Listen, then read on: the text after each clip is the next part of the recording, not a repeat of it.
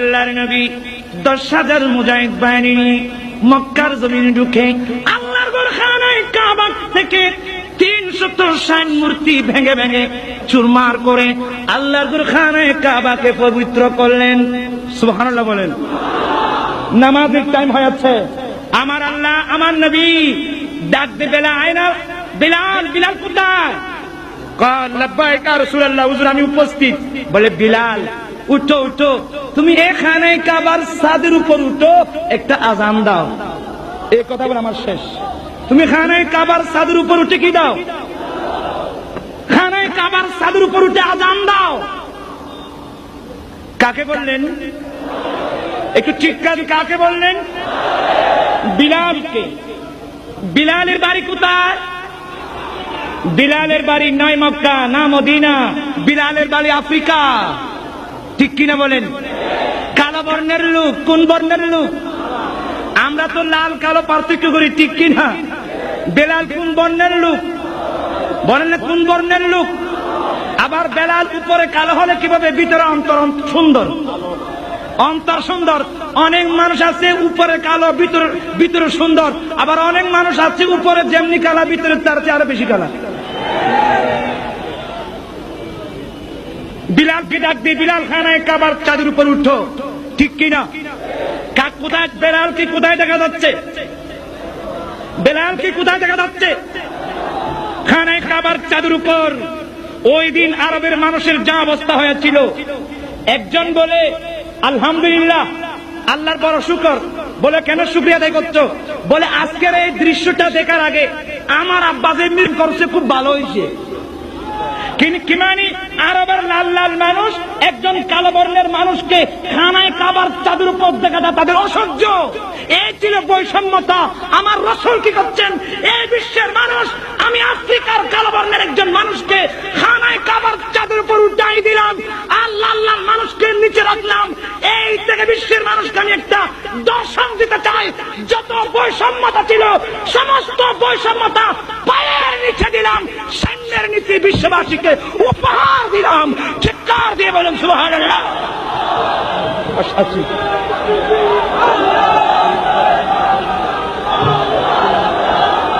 একটু মেহরবানি করে আমাকে একটু সুযোগ দেন, আমাকে একটু সুযোগ দেন। আচ্ছা, আমার রাসূল ওই দিন মক্কা শরীফের মানুষ ছিল না? মদিনার পাকের মানুষ ছিল না? আরবের মানুষ ছিল না? কুরাইশ বংশের মানুষ ছিল না? আমার নবীর বংশে বনু হাশিমের মানুষ ছিল না? কিন্তু আমার রাসূল নিজের বংশের কোন মানুষ, কুরাইশ বংশের কোন মানুষ, মক্কা শরীফের কোন মানুষ, মদিনায় পাকের কোন মানুষ, আরব অঞ্চলের কোন মানুষকে এই দায়িত্ব না দিয়ে আফ্রিকার একটা কালো বর্ণের মানুষকে আযান দেওয়ার দায়িত্ব কেন দিলেন? এখানে আমাদের কি শিক্ষা? কারণ আমার রাসূল জানেন বিশ্বের বুকে একটা রোগ আছে, রোগ। বিশ্বের বুকে একটা ব্যাধি আছে, যেই রোগের নাম স্বজনপ্রীতি। যেই রোগের নাম স্বজনপ্রীতি। যেই রাষ্ট্রে স্বজনপ্রীতি থাকবে ওই রাষ্ট্রে আইনের শাসন প্রতিষ্ঠা করা অসম্ভব। বলুন না, যে রাষ্ট্রে স্বজনপ্রীতি থাকবে ওই রাষ্ট্রে আইনের শাসন প্রতিষ্ঠা করা কি অসম্ভব। আল্লাহর নবী মক্কা বিজয়ের দিন বিশ্ববাসীকে শিক্ষা দিচ্ছেন, এই দুনিয়ার মানুষ স্বজনপ্রীতি আজকে দমন করলাম, আইনের শাসন বিশ্ববাসীকে উপহার দিলাম। উচ্চস্বরে বলুন না সুবহানাল্লাহ। আর যদি বলুন না সুবহানাল্লাহ। আল্লাহু আকবার, আল্লাহু আকবার, আল্লাহু আকবার। এ বিশ্বের মুসলিম, ইসলাম কি বুঝো নাই? রাসূল কি দিয়েছেন? আজ রাসূল থেকে মুখ ফিরে নেওয়ার কারণে আজ বিশ্ব মুসলিমের এই করুণ অবস্থা। ঠিক কিনা বলেন? আল্লাহ সবাইকে বুঝার তৌফিক দান করুক। বেলাল কোথায়? বেলাল, তোমার বাড়ি কই? বলে হুজুর আমার বাড়ি আফ্রিকা। তুমি কোন বর্ণের লোক? আমি হুজুর কালো বর্ণের লোক।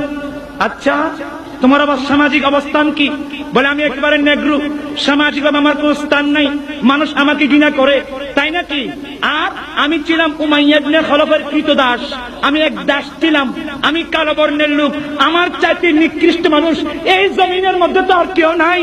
তাহলে বেলাল তুমি তুমি আজকে মক্কা বিজয়ের দিন লক্ষ লক্ষ আর মানুষের সামনে খানায় কাবার চাদর উপরে তুমি কিভাবে স্থান পাইলা? বেলাল কিন্তু চিৎকার উত্তর দিবে, এই এই অধিকার কেউ দেয় নাই, এই অধিকার দিয়েছেন নবী মুহাম্মদ রাসূলুল্লাহ সাল্লাল্লাহু আলাইহি ওয়াসাল্লাম।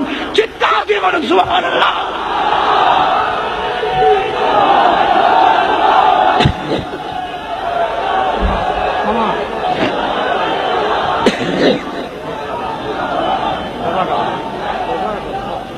সমান, দুনিয়ার মানুষ সমান, বলুন না দুনিয়ার মানুষ সমান, সব সমান, সমান বলেন না সমান। আচ্ছা, বেলাল এখন কোথায়? সবাই যখন সমান, এখন মানুষের ব্রেনের মধ্যে একটা প্রশ্ন আসতেছে, হুজুর ইসলাম যদি সাম্যের দল হয় তো ওরা বলছেন নবী আমার মতো ভুল কি করছে? হয়তো এই ধরনের একটা প্রশ্ন মানুষের দিমাগের মধ্যে আসতে পারে, ঠিক কিনা? বাইরে আমার এতক্ষণ দিয়েছেন আমার নবী ইসলামের সাম্যের দর্শন, আর এখন দিচ্ছেন ইসলামে নবীর মর্যাদার দর্শন। এখন দিচ্ছেন ইসলামের নবীর মর্যাদা, এখন ইসলামের নবীর মর্যাদার নাম দিয়ে বই লেখে নবীর 10 জনের মধ্যে একজন রক্তে মাংসী করে নাকি দোষী গুণে বুড়া, এগুলো নাকি নবীর মর্যাদা। নবীর মর্যাদা কি? আজ এই আহলে সুন্নাহ সম্মেলন সংস্থা মাহফিল থেকে শিক্ষা নাও। ওগো মুফাসসির মুহাদ্দিস, বিশ্বের মুসলিম জাতি শিক্ষা নিন কি? বেলাল কোথায়? একটু বেলাল কোথায়? খানায় কাবার, বর্ণা খানায় কাবার।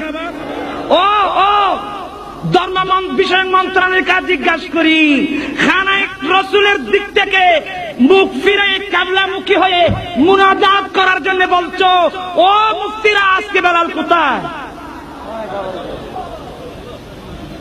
বলেন না কোথায়? হাজি হাজি রু রু রু ইলাল কিবলা, নবীর কবর থেকে ফিরে যাও, হেরামের দিকে আল্লাহর ঘরের দিকে ফিরো, নবীর কবরকে পিছনে দাও, মুনাজাত করো। নবীর রওজার সামনে নিয়ে মুনাজাত করা বেদাতের ফতোয়া দিয়েছো। আমার প্রশ্ন হলো আজকে বেলাল কোথায়? বলেন বেলাল কোথায়? বেলাল খানায় কাবার উপরে, আর খানায় কাবা কিবলা বেলালের পায়ের নিচে। বেলাল দাঁড়িয়েছে খানায় কাবার চাদর উপর, দাঁড়িয়ে জিজ্ঞাসা করে, ইয়া রাসূলুল্লাহ, ইয়া হাবিবাল্লাহ, এতদিন আযান দিয়েছিলাম কিবলামুখী হয়ে, এতদিন আযান দিয়েছিলাম কিবলামুখী হয়ে, এতদিন আযান দিয়েছিলাম, নামাজ পড়েছিলাম কিবলামুখী হয়ে, আজকে তো আপনি আমাকে ওই কিবলার চাদর উপর উঠায় দিয়েছেন। ওগো আল্লাহর নবী, এখন আমি আযান দিই কোন দিকে? এতদিন আযান দিয়েছিলাম কিবলামুখী হয়ে, নামাজ পড়েছিলাম কিবলামুখী হয়ে, ওগো আল্লাহর নবী, আজকে তো আমি কিবলার চাদর উপর দাঁড়িয়েছি, আযান দিব কোন দিকে? আমার রাসূল মুস্কিয়া শেষে উত্তর দেয়, ও বেলাল, আর কোন দিকে আযান দেবে? আমার দিকে ফিরে আযান দাও।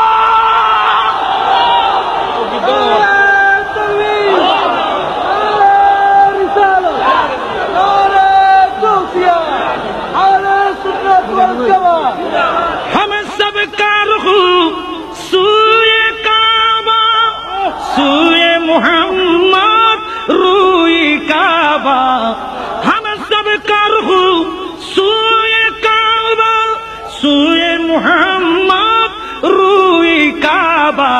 अरे काबा का काबा, काबा का काबा, रूए मुहम्मद, अरे काबा का काबा, रूए मुहम्मद सल्लल्लाहु, अरे जाके सबा तू कुए मुहम्मद, अरे जाके सबा तू कुए मुहम्मद सल्लल्लाहु अलैहि वसल्लम, लाके सुंगा खुशबुए मुहम्मद, अरे लाके सुंगा खुशबुए मुहम्मद सल्लल्लाहु अलैहि वसल्लम। কি বলছিলাম? আমার রাসূল এই বিশ্বের মানুষ এতক্ষণ শিক্ষা দিয়েছেন ইসলামে সাম্যের দর্শন, সমতার দর্শন, আর এখন শিক্ষা দিলেন ইসলামের নবীর মর্যাদার দর্শন। ইসলামের নবীর মর্যাদা কি? ইসলামের নবীর মর্যাদা নবী কাবার কাবা, নবী কিবলার কিবলা, মুহাম্মদুর রাসূলুল্লাহ সাল্লাল্লাহু আলাইহি ওয়াসাল্লাম। ঠিক কিনা বলুন? এটার নাম ইসলাম, এটার নাম। আর যারা আমার মতো তোমার মতো বলো এটার নাম ইসলাম না, এটার নাম পিসলাম। নাকি যাবেন নাকি মদিনা শরীফ যাইবেন? না না না, জান কুরবান যায় প্রিয় নবীর কদমের জন্য, জান কুরবান। নবীর মর্যাদা যারা বুঝতে পেরেছে কোরআন নবীজির জন্য জান কুরবান করে দিয়েছে। আজ বিশ্বের মুসলিম নির্যাতিত, বিশ্বের মুসলিম লাঞ্ছিত, বিশ্বের মুসলিম নিপীড়িত, তার একমাত্র কারণ ব্যক্তিগত জীবন, পারিবারিক জীবন, সমাজ জীবন, রাষ্ট্রীয় জীবন, জীবনের প্রতিটি কর্মকাণ্ডে রসুল থেকে আমরা ফিরে গিয়েছি, মুহাম্মদিজম থেকে ফিরে গিয়েছি, মানব গড়া মতবাদের পিছনে আছি। এই জন্য বিশ্বের মুসলমানের এই করুণ অবস্থা। তাই তওবা করে পুনরায় ঈমান ইসলামের দিকে ফিরে আসার দরকার আছে কিনা? আরে যেদিন নিজের পরিচয় পাবেন, যেদিন নবীর পরিচয় পাবেন, ওই দিন পয়সা না, নবীর জন্য জান দেবেন। হুসনে ইউসুফ কাটে মিস্র মে अंगश तिजना, हुस्न यूसुफ पे कटे मिस्र में अंगश तिजना, सर कटाते हैं तेरे नाम पे मर्दान अरब। या रसूल अल्लाह, मिस्রের সুন্দরীরা, সুন্দরী রমণী ইউসুফের সৌন্দর্যে পাগল হয়ে ওরা হাত কেটে ফেলেছে। ইয়া রাসূলুল্লাহ, আরবের জওয়ান আপনার সৌন্দর্য দেখি না, আপনার নামের উপর পাগল হয়ে ওরা নিজের মাথা দিয়ে দিচ্ছে। উচ্চস্বরে বলুন না সুবহান। আপনারা দিতে রাজি আছেন? হাত উঠায় বলুন দিতে রাজি আছেন?